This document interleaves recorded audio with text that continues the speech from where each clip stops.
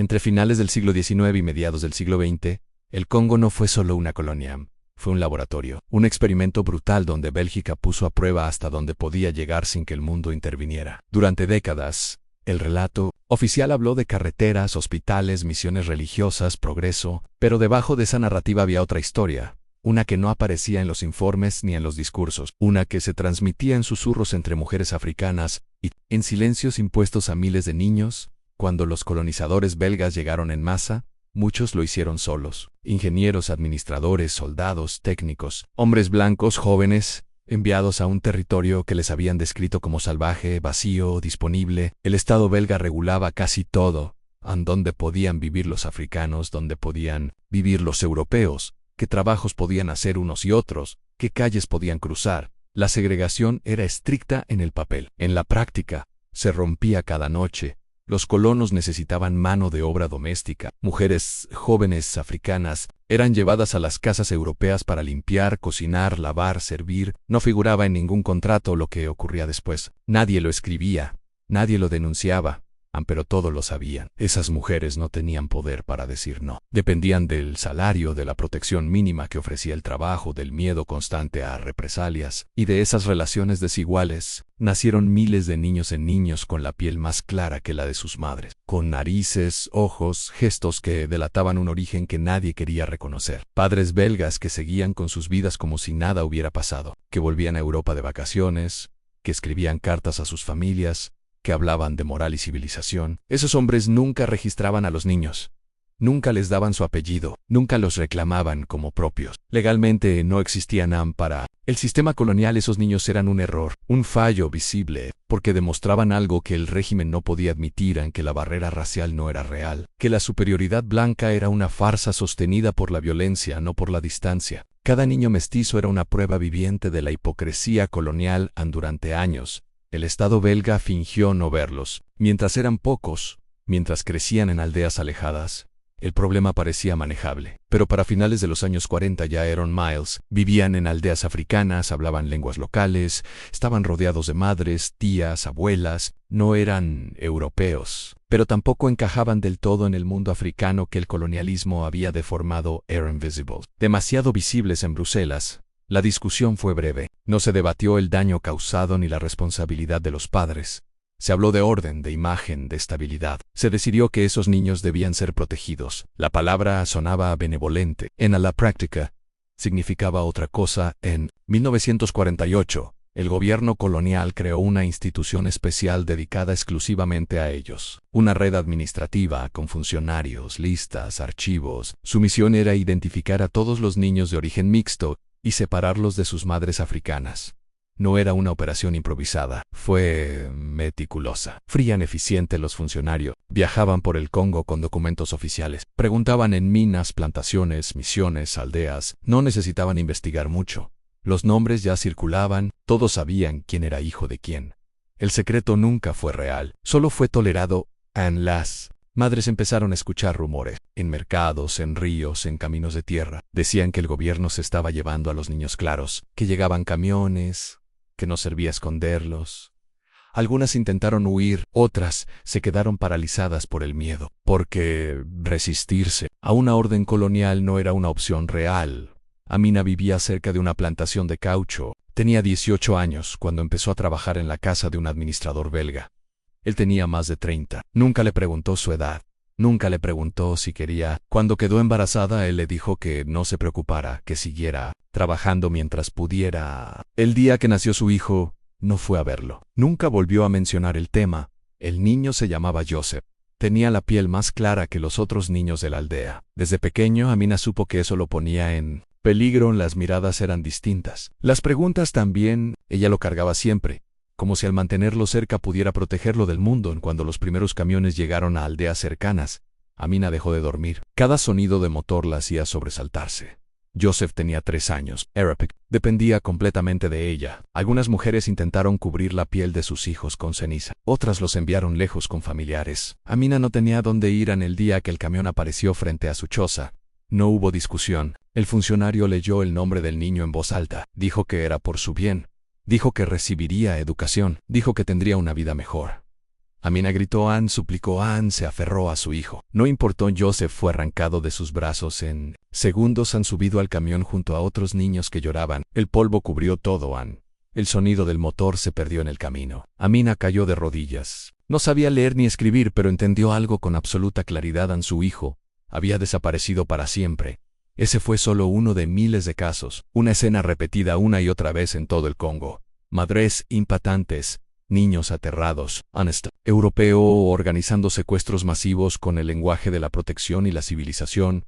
Lo que nadie les dijo a esas madres era a dónde llevaban a sus hijos, ni qué les harían después, ni que, en realidad, el abandono apenas estaba comenzando.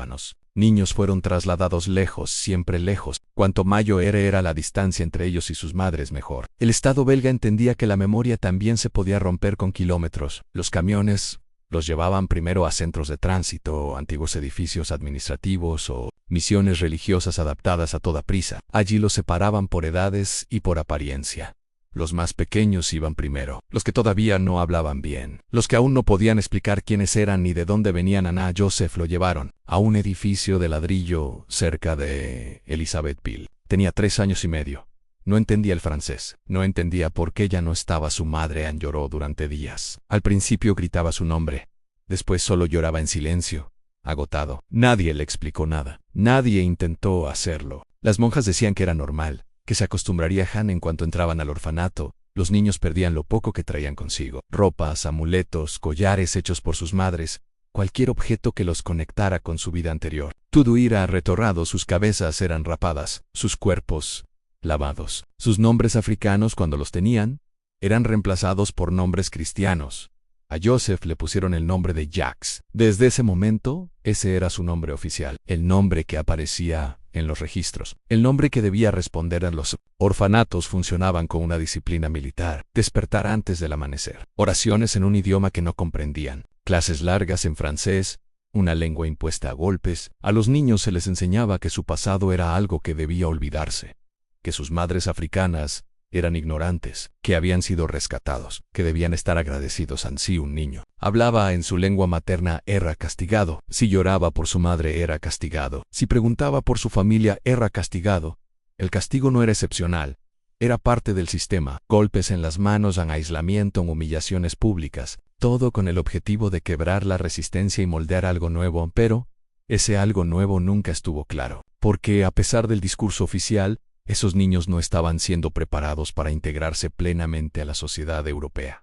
No se les daba la educación de los blancos, no se les consideraba iguales, eran una categoría aparte, una población, suspendida entre dos mundos sin pertenecer realmente a ninguno. A las monjas les repetían que eran diferentes, que no podían volver con los africanos porque no eran como ellos, pero tampoco podían ser europeos. Esa contradicción se convertía en una herida constante. Los niños crecían sabiendo lo que no eran, pero sin saber qué se esperaba que fueran. A medida que pasaban los años, los orfanatos se llenaban, nuevos camiones llegaban, nuevas listas se completaban. Para 1952 ya había miles de niños internados en instituciones similares en todo el Congo y en territorios vecinos administrados por Bélgica. El sistema funcionaba en silencio. La prensa europea no hablaba de ello. Las autoridades coloniales presentaban informes optimistas sobre educación y protección infantil. Mientras tanto, las madres quedaban atrás. Muchas nunca volvieron a ver a sus hijos. Algunas intentaron acudir a oficinas coloniales, fueron rechazadas. No tenían derechos legales, no tenían documentos, no tenían VAS. Otras murieron sin saber qué había sido de los niños. Otras siguieron viviendo con una ausencia que nadie reconocía oficialmente. Jacques creció en el orfanato, sin recuerdos claros de Amina. Tenía imágenes sueltas, una voz, un olor, el sonido de un río. Con el tiempo, incluso eso empezó a desvanecerse. A los 6 años ya no lloraba por ella, no porque no la necesitara, sino porque había aprendido que hacerlo no servía de nada. En los niños más grandes entendían un poco más, sabían que sus padres eran blancos, sabían que esos padres habían elegido no quedarse. Algunos los habían visto de lejos antes de ser llevados, recordaban rostros, uniformes, voces. Esa conciencia hacía el abandono aún más cruel. Entre ellos circulaba una pregunta que nadie podía responder en sí: nuestros padres eran belgas, ¿por qué no nos quieren? Las monjas no respondían, o respondían con frases vacías sobre el pecado, el orden, la voluntad de Dios. A nada que explicara realmente por qué estaban allí. A finales de los años 50, el clima político empezó a cambiar. En las ciudades, los congoleños exigían independencia, había protestas, huelgas, enfrentamientos, el control colonial comenzaba a resquebrajarse. Los niños en los orfanatos no entendían del todo lo que pasaba, pero lo sentían. Los estaban nerviosas. Las reglas se volvían más estrictas. Había menos recursos, menos comida, menos paciencia. Jacques tenía 11 años cuando escuchó por primera vez la palabra independencia. No sabía qué significaba exactamente, pero la escuchaba repetirse en los pasillos. Algunos adultos decían que todo iba a cambiar. Otros decían que era peligroso. Nadie hablaba de los niños, el sistema que los había arrancado de sus madres. No tenía un plan para ellos en un mundo sin colonia. Eran el producto de un régimen que estaba a punto de desaparecer. Y cuando ese régimen se fuera, ellos quedarían atrás. En lo que los niños aún no sabían era que el abandono no había terminado en el momento en que los subieron a los camiones.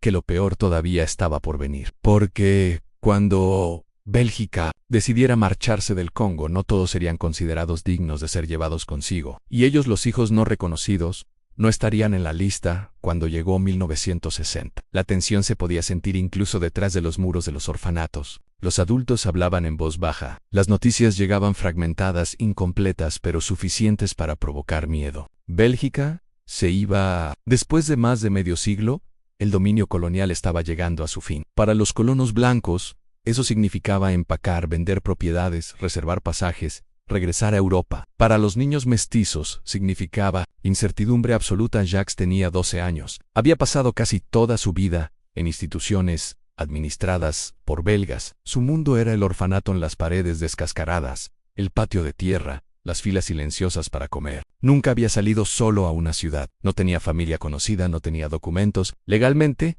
era casi nadie. Cuando las monjas comenzaron a irse, lo hicieron sin ceremonias. No hubo despedidas largas ni explicaciones claras. Simplemente desaparecían. Un día estaban. Al siguiente, no. Cada salida dejaba el edificio un poco más vacío, un poco más silencioso. Los niños observaban desde las ventanas cómo los vehículos se alejaban levantando polvo. Igual que aquellos camiones de su infancia. En una mañana, la directora reunió a los mayores. Les dijo que el Congo sería independiente. Bélgica ya no sería responsable, que el nuevo gobierno se encargaría de ellos. No explicó cómo. No mencionó qué pasaría si nadie aparecía para hacerse cargo. Algunos niños preguntaron si irían a Bélgica. La respuesta fue un no seco. No eran belgas, les dijeron, no tenían papeles. Sus padres nunca los habían reconocido. Para el Est, que los había creado como problema, ya no existen. Cuando la última monja se fue, el orfanato quedó prácticamente abandonado. No había comida suficiente, no había maestros, no había autoridad clara. Los niños más grandes comenzaron a salir para buscar algo que comer. Algunos no regresaron. Nadie los buscó. Jacques y otros chicos decidieron ir juntos a la ciudad. No sabían a dónde ir, pero sabían que quedarse significaba hambre. Caminaron kilómetros. En las Cales, el ambiente era caótico. Había celebraciones, disturbios, confusión. En un país nacía sin estructura. Nadie tenía tiempo para niños sin familia. Algunos terminaron trabajando en lo que encontraban: cargar sacos, en limpiar patios, en dormir en la calle. Otros fueron reclutados por grupos armados que empezaban a formarse. La independencia no trajo orden inmediato.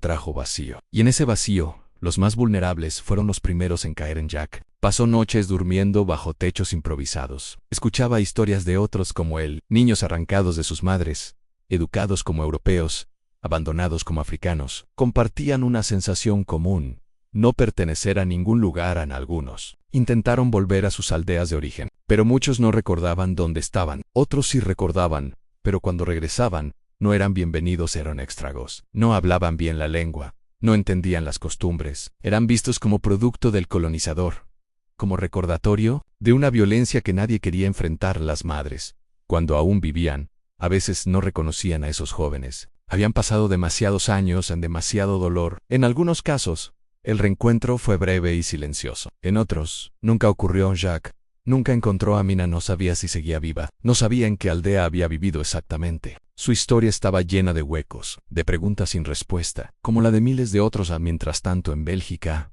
el tema desapareció del debate público. La independencia del Congo fue presentada como el cierre de un capítulo. No se habló de los niños dejados atrás. No se habló de la responsabilidad del Estado ni de los padres. El silencio volvió a imponerse, esta vez a escala internacional. Los años pasaron. Los niños se hicieron adultos. Algunos sobrevivieron como pudieron. Otros murieron jóvenes. Muchos cargaron con una identidad fragmentada, con una sensación constante de haber sido abandonados 2 veces, primero por sus padres, luego por el Estado. Décadas después, algunos comenzaron a buscar respuestas, a pedir archivos, a exigir reconocimiento. Descubrieron que muchos documentos habían sido destruidos, que los nombres de sus madres no aparecían, que los padres belgas seguían figurando como hombres respetables, sin hijos, sin pasado incómodo, y la historia que les habían dicho, la de la protección y la civilización, se desmoronaba. Lo que había ocurrido no fue un error ni una consecuencia inevitable del colonialismo. Fue una política deliberada, una decisión consciente de separar, ocultar y abandonar. Jack, ya adulto, entendió algo que nadie le había explicado de niño, aunque su vida no fue una excepción. Fue parte de un sistema, de una maquinaria diseñada para explotar cuerpos, borrar responsabilidades y luego marcharse sin mirar atrás. Y aunque el tiempo había pasado, aunque muchos de los responsables ya no estaban vivos, la herida seguía abierta. Porque la historia no termina cuando se deja de contar, termina cuando se reconoce. Y para ellos, ese reconocimiento aún estaba lejos. Durante años, el silencio fue casi total. Los antiguos niños mestizos crecieron dispersos, sin archivos, sin redes, sin un lenguaje común para nombrar lo que les había pasado. Cada uno creyó durante mucho tiempo que su historia era aislada, un infortunio personal. No sabían que eran miles, que lo que habían vivido tenía un nombre y una estructura. En los años 70, algunos empezaron a hablar. No FIFA. Muchos no sabían por dónde empezar. No tenían documentos que probaran quiénes eran. Algunos apenas recordaban el nombre de su madre. Otros solo tenían un número de orfanato, una fecha aproximada, un lugar que ya no existía. Buscar respuestas significaba enfrentarse a archivos cerrados y a funcionarios que preferían no remover el pasado. Anjaxi vivía entonces en una ciudad fronteriza. Trabajaba en lo que podía. Había aprendido a sobrevivir sin esperar nada de Naripi. Un día escuchó a un hombre hablar de niños llevados por los belgas, de orfanatos, de monjas que se fueron dejando todo atrás. Por primera vez, escuchó su propia vida en boca de otro. No estaba solo. Empezaron a reunirse en pocos al principio, en casas prestadas, en patios, en iglesias. Compartían fragmentos de memoria, en un nombre, en un rostro. Un lugar. Descubrieron patrones idénticos a la llegada del camión, la lista, la separación, el orfanato, el abandono. En 1960, lo que creían recuerdos individuales era en realidad una historia colectiva. Algunos lograron viajar a Bélgica décadas después. No como ciudadanos, sino como visitantes. Entraron a archivos estatales. Allí encontraron fichas con su nombre infantil, descripciones físicas, fechas. Vieron por primera vez el nombre del padre belga que nunca los había reconocido. Hombres que habían tenido carreras estables, familias, hijos legítimos, vidas completas construidas sobre el olvido. El descubrimiento no trajo alivio inmediato, trajo rabia, tristeza, una sensación profunda de injusticia. No se trataba solo de haber sido abandonados, se trataba de haber sido usados y luego borrados, de haber sido considerados un problema administrativo, no seres humanos. En las madres, cuando aún vivían, seguían cargando su propio dolor. Muchas nunca hablaron. El trauma había sido demasiado grande. Otras, al ver a esos adultos regresar, ya no sabían cómo relacionarse con ellos. El tiempo había creado una distancia imposible de cerrar completamente. A finales del siglo XX, algunos gobiernos empezaron a admitir parcialmente lo ocurrido. Hubo comisiones en declaraciones vagas, palabras como error, contexto histórico, situación compleja, pero no hubo justicia real. No hubo reparaciones suficientes. Muchos murieron antes de escuchar siquiera un reconocimiento. Jack envejeció con una pregunta constante en qué habría sido de su vida si no lo hubieran arrancado de los brazos de su madre. No imaginaba una vida perfecta, solo una vida distinta, una vida donde alguien lo hubiera reclamado como propio. Lo que entendió con el tiempo fue que la política colonial no solo había robado recursos y trabajo, había robado vínculos, había roto familias de manera irreversible. Y ese daño no desaparece con la independencia ni con el paso de los años. Hoy, la historia de esos niños empieza lentamente a salir a la luz, no porque los estados quieran contarla, sino porque quienes la vivieron se niegan a seguir siendo invisibles. Sus voces, aunque tardías, desafían el relato cómodo del colonialismo civilizador en Thor, porque detrás de cada cifra hubo una madre que gritó, un niño que lloró en un silencio impuesto, y una responsabilidad que aún espera ser asumida. Para muchos, la lucha no terminó con el simple hecho de hablar. Contar la historia fue solo el primer paso. El siguiente fue exigir que alguien escuchara, que alguien asumiera la responsabilidad. Pero enfrentarse a un Estado europeo décadas después no era sencillo. Los antiguos niños mestizos no encajaban en ninguna categoría clara. No eran ciudadanos belgas reconocidos. Tampoco habían sido protegidos por el nuevo Estado congoleño tras la independencia. Eran, otra vez, un vacío legal en Jacques. Participó en una de las primeras asociaciones formadas por antiguos metis. El objetivo era simple en apariencia: al ser reconocidos oficialmente como víctimas de una política colonial, querían acceso a archivos completos, querían disculpas públicas, querían, algunos de ellos, compensación económica, no por dinero en sí, sino como símbolo de que lo ocurrido había sido real y grave. Las respuestas fueron lentas. Cuando llegaban, estaban llenas de lenguaje burocrático. Se hablaba de decisiones tomadas en otro contexto histórico, de normas propias de la época. Nunca se hablaba de secuestro, nunca de violencia, nunca de restructuring. Las palabras más duras siempre quedaban fuera.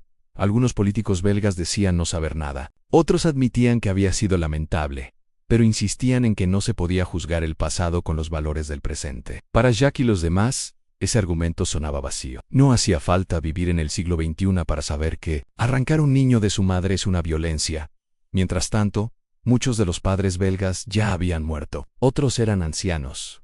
Algunos negaron cualquier responsabilidad. Dijeron no recordar, dijeron que no tenían pruebas. Dijeron que habían seguido las reglas y, en cierto modo, era verdad, el sistema les había permitido hacerlo. Las consecuencias psicológicas eran profundas. Muchos de los antiguos niños crecieron con una sensación constante de rechazo, dificultades para formar vínculos, miedo al abandono, problemas de identidad. Algunos buscaron refugio en el alcohol, otros en el silencio, otros en una rabia que nunca encontró salida. Jacques tuvo hijos. Nunca quiso ocultarles su historia. Les habló de Amina, aunque solo la conociera a través de fragmentos. Les habló del orfanato, del abandono. No quería que el silencio se repitiera otra vez. Para él, romper ese ciclo era una forma mínima de justicia. Con el tiempo, periodistas e historiadores empezaron a interesarse más en documentales, en libros e investigaciones académicas. La historia dejó de ser solo un rumor doloroso para convertirse en un hecho documentado.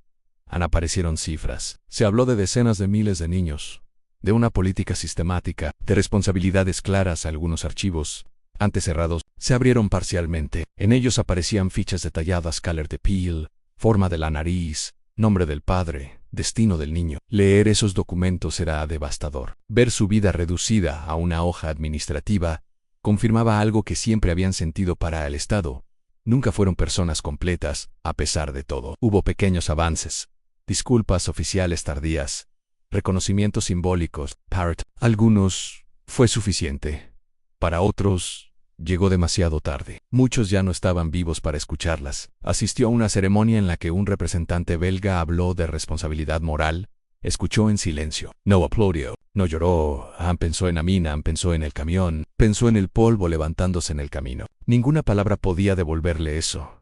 Pero también entendió algo más: que su historia, contada y repetida, ya no podía ser borrada. Que aunque la justicia fuera incompleta, la memoria estaba ganando terreno, y que cada vez que alguien escuchaba lo ocurrido, el silencio colonial perdía un poco de fuerza. Aún quedaba una última parte de la historia, la más difícil, la de cómo vivir con lo que fue arrebatado, cuando no hay forma de recuperarlo, y de cómo un crimen colectivo deja marcas que atraviesan generaciones, incluso cuando el imperio que lo cometió ya no existe. Con los años, muchos de los antiguos niños mestizos entendieron que no habría un cierre perfecto. No habría un momento claro en el que todo quedara saldado. La historia que los marcó no tenía un final limpio. Tenía consecuencias largas, profundas, que se extendían más allá de una sola vida. Jacques lo vio en sus hijos y en sus nietos. Aunque ellos no habían vivido el orfanato ni el abandono directo, heredaron fragmentos invisibles, en preguntas sobre identidad, silencios familiares, una sensación de no pertenecer del todo. El colonialismo no terminó en 1960, continuó en las memorias rotas, en los vínculos ausentes, en los nombres que nunca se transmitieron. Algunos descendientes comenzaron a hacer lo que sus padres no pudieron. Buscaron archivos con más herramientas, con más acceso, viajaron, aprendieron idiomas, cruzaron océanos. En algunos casos lograron reconstruir árboles familiares, encontraron parientes belgas que no sabían nada o que preferían no saber. Reencuentros incómodos, conversaciones cortadas, puertas cerradas otra vez. Pero también hubo otros momentos. Algunos familiares belgas aceptaron escuchar, admitieron lo ocurrido, reconocieron a esos hijos tardíamente, cuando ya eran ancianos o habían muerto. Esos reconocimientos no borraron el daño, pero rompieron el silencio en pequeñas grietas. A nivel internacional, la historia empezó a ocupar un lugar distinto, ya no solo como un episodio oscuro del pasado colonial, sino como un ejemplo claro de cómo el poder puede decidir quién merece una familia y quién no, de cómo la burocracia puede convertir la violencia en procedimiento, de cómo un Estado puede organizar un crimen sin disparar un solo tiro. Para Jack, la memoria se volvió una forma de resistencia. Contar la historia no era revivir el dolor, por placer era impedir que se repitiera. Cada vez que hablaba, en una escuela, en una universidad, en una entrevista, sentía que le devolvía algo a Mina, no a su cuerpo, no es su abrazo, pero sí a su existencia. Ella había sido borrada de los archivos, pero no de la historia oral. Murió sin saber exactamente dónde había vivido su madre, ni dónde estaba enterrada, pero murió sabiendo que su nombre, el de ella y el de más, ya no estaba completamente perdido, que lo que les hicieron tenía palabras claras: secuestro, racismo, colonialismo, abandono. Hoy, cuando se habla del Congo belga, ya no es posible contar solo la historia del caucho, de los minerales, de la explotación económica. También es esta otra historia, la de los niños arrancados, la de las madres silenciadas, la de un sistema que creó vida y luego la desechó, porque los colonizadores no solo robaron tierras y recursos, robaron infancias, robaron futuros. Y aunque el tiempo haya pasado, aunque los imperios hayan caído, esa deuda sigue abierta. Con el paso del tiempo quedó claro que la herida no pertenecía solo a quienes fueron arrancados de sus madres, sino a sociedades enteras que habían aprendido a convivir con la negación. El colonialismo belga había terminado oficialmente, pero su lógica seguía viva en la manera en que se evitaba hablar de responsabilidades. Los antiguos niños mestizos envejecían, y con ellos se iba una memoria que durante décadas nadie quiso registrar. Muchos murieron sin documentos, sin reconocimiento legal, sin saber siquiera el nombre completo de su padre. Murieron con preguntas que nunca obtuvieron respuesta. Y cuando uno de ellos fallecía, no solo se perdía una vida en sí, perdía un archivo humano irrepetible, una prueba viviente de lo ocurrido. Cada muerte silenciosa facilitaba el olvido. Algunos estados comenzaron a reaccionar solo cuando la presión internacional aumentó, no por iniciativa propia, sino porque ya no era posible sostener el silencio absoluto. Se organizaron actos simbólicos, declaraciones medidas, discursos cuidadosamente redactados. Se habló de dolor, de pasado complejo, de errores históricos, nunca de crimen, nunca de secuestro sistemático, nunca de racismo institucional. Para muchos sobrevivientes, esas palabras llegaron tarde, no porque no importaran, sino porque no cambiaban lo esencial. Ninguna disculpa podía devolverles la infancia robada. Ninguna ceremonia podía reconstruir los vínculos destruidos. Pero aún así, escuchar que lo ocurrido había sido real, que no había sido una invención ni una exageración, tuvo un peso profundo. En algunos antiguos niños mestizos decidieron no participar más en procesos oficiales. Se cansaron de explicar su dolor ante comisiones que tomaban notas, pero no actuaban. Eligieron el silencio como forma de autoprotección. Otros, en cambio, siguieron hablando hasta el final de sus vidas, convencidos de que si ellos callaban, la historia volvería a desaparecer.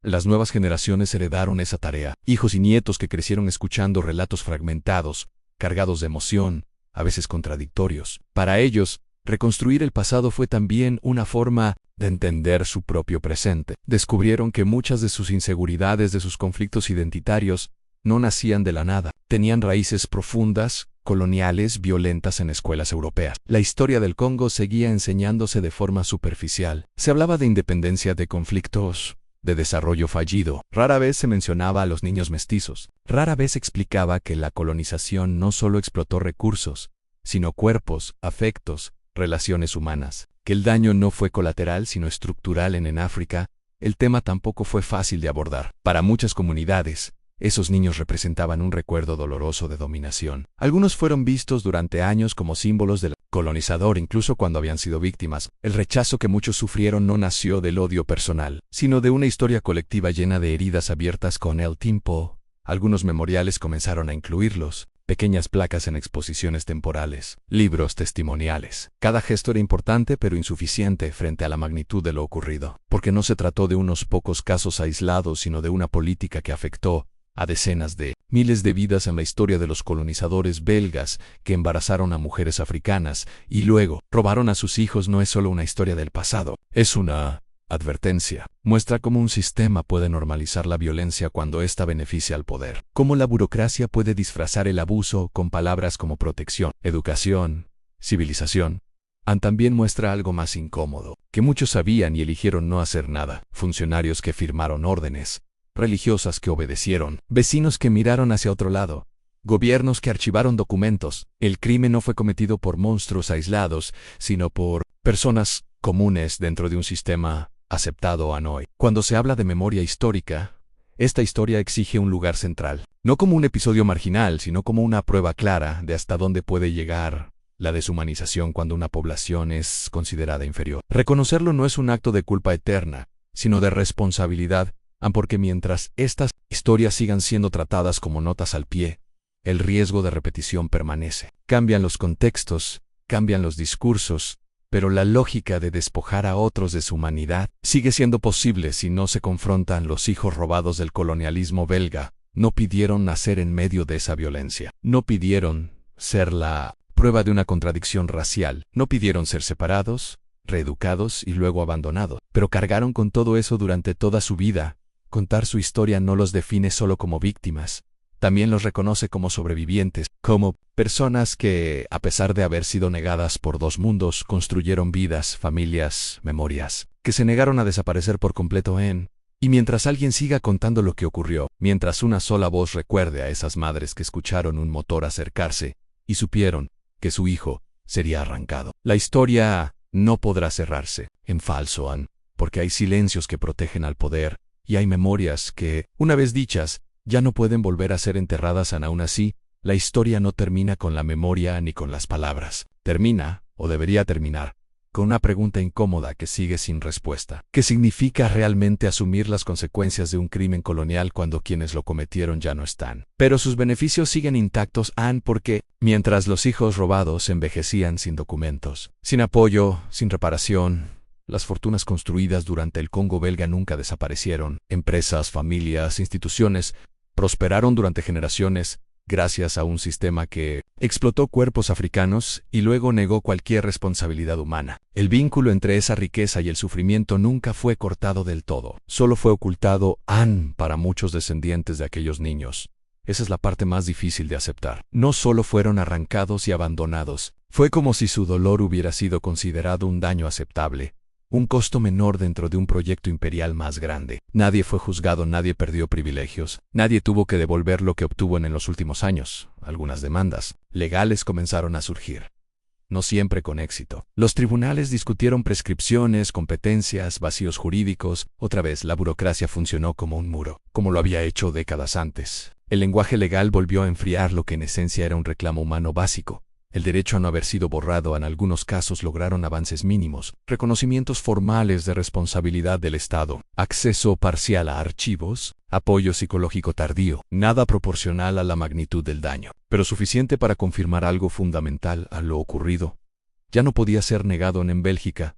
Lentamente el relato nacional empezó a resquebrajarse, estatuas cuestionadas, museos revisando exposiciones, libros escolares ajustando contenidos. Cada cambio generó resistencia. Siempre la misma pregunta: ¿por qué remover el pasado? Como si el pasado no siguiera viviendo en el presente de miles de personas para quienes fueron robados. La respuesta era simple: el pasado nunca se fue. Vivía en sus cuerpos, en sus recuerdos fragmentados, en sus noches de insomnio, en la sensación persistente de no pertenecer del todo.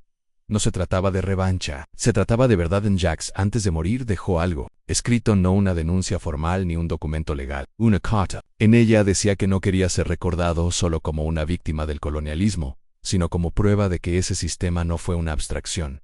Fue íntimo, entró en casas, en camas, en vientres, en brazos de madres que no pudieron proteger a sus hijos. Decía también que el mayor triunfo del colonialismo no fue la explotación, sino el silencio posterior, la capacidad de hacer que generaciones enteras dudaran de su propio dolor, de convencerlas de que exageraban, de que no entendían el contexto, de que debían avanzar sin mirar atrás, romper ese silencio. Para él, había sido un acto de dignidad hoy. Cada vez que esta historia se cuenta, algo se repara, aunque sea de forma incompleta, porque la reparación no siempre llega como justicia institucional, a veces llega como reconocimiento, como validación, como la certeza de que lo vivido no fue imaginado ni insignificante. A los colonizadores belgas que embarazaron a mujeres africanas y luego robaron a sus hijos, no solo cometieron un abuso individual, participaron en un sistema que decidió quién merecía ser padre, quién merecía ser madre y quién merecía ser separado para siempre. Ese sistema dejó cicatrices que todavía no han cerrado. En recordarlo no es abrir heridas, es admitir que nunca cerraron. Y mientras el mundo siga hablando de colonialismo solo en términos económicos o políticos, sin mirar de frente estas historias humanas, la deuda seguirá pendiente, no como una cuenta abstracta entre estados, sino como una responsabilidad moral con nombres, rostros y vidas concretas, porque la historia no pide venganza, pide verdad. Y la verdad, aunque tarde, siempre encuentra la forma de salir a